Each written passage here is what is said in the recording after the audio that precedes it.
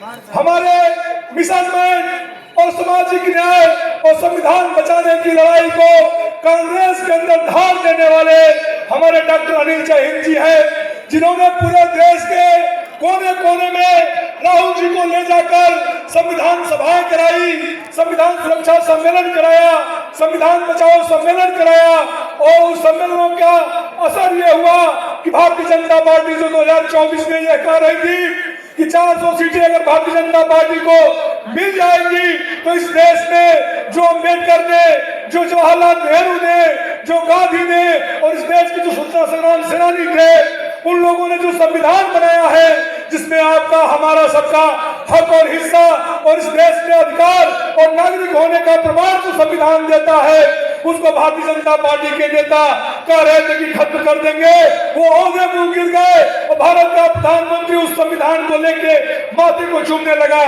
तो साथियों, आपने 2024 के चुनाव में हम लोगों ने, हमारे नेता राहुल गांधी ने इस देश की संविधान को और लोकतंत्र को बचाने में अपना एक बहुत ही बड़ा महान योगदान दिया है। और आप हमारी जनता है, आप लोगों ने सोचा समझा कि इस देश में जो फांसीवादी सत्ता बैठी है, जो गरीबों का हक छीन के बड़े बड़े उद्योगपतियों पूंजीपतियों को दे रही है, उसको अगर नहीं रोकेंगे तो ये देश बर्बाद कर देंगे।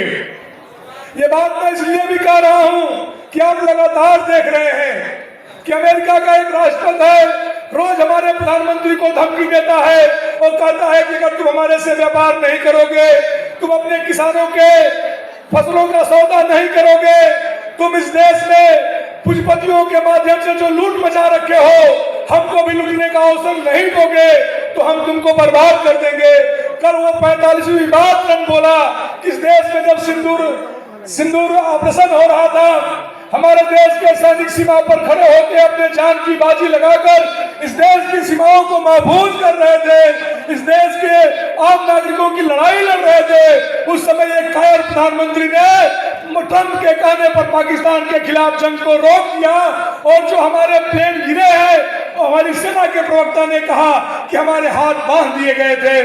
आप सोच सकते हैं, मोदी इस देश के आम आदमी का प्रधानमंत्री नहीं है, मोदी इस देश के पूंजीपतियों का, अडानी और अंबानी का दलाल है। इस बात को कहने में हमें कोई गुरेज नहीं होनी चाहिए।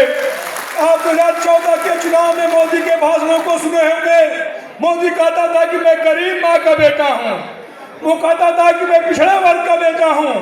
तो मैं पूछना चाहता हूँ कि मोदी जी, अगर तुम गरीब माँ के बेटे थे, चाय बेचने वाले थे, तुम एक बूढ़ी माँ को तुमने क्या दिया इस देश के गरीबों को? इसलिए तुमने बर्बाद कर दिया। चाहे दिल्ली, कलकत्ता, मुंबई, कहीं भी बिहार का आदमी हमारा चला जाए, रोजगार नहीं है। जो अमेरिका ने 50% का टैरिफ लगाया है, कपड़ा उद्योग बर्बाद हो जाएगा, चमड़ा उद्योग बर्बाद हो जाएगा और तमाम हमारी कंपनियां बर्बाद होंगी।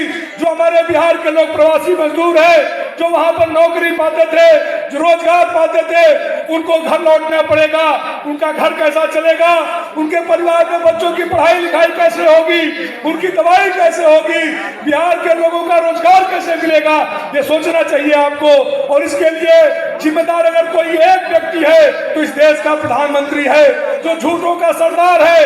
इस देश में झूठ बोल बोल कर और वो तमाम नाटक ऑपरेशन करके लोगों के अधिकारों को कुचलना चाहता है।